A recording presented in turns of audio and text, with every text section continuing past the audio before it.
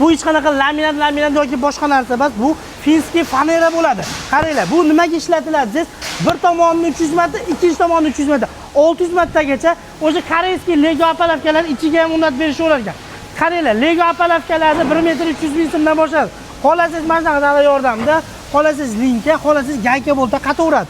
Koreyskiylarda eng arzoni $30, $40 bo'layotganda, o'zimizning Qo'qonlik akalarimiz ham undan pishiqroq, ham undan 2 barobar arzonroq. 300 ming so'mdan 20, 30, 40, 50, 60 istalgan turdagi razmerlari bor.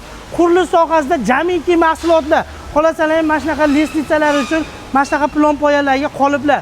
Ya'ni ko'rib turganlaringizda arenda biznesida ishlaydigan akalarimiz uchun istalgan turdagi mahsulot bor. Xohlasalar 6 tasi birda bor. Ya'ni monolitini, duolini, o'q duolini istalgan turdagini bitta o'rndan qo'ysangiz bo'ladi. Burchaklarigacha bo'ladi. Pastakalarning nomeri bor. Buni narxi 7 million bo'ladi. Aloqaga chiqib qolasizlar. Imberga kelganmiz.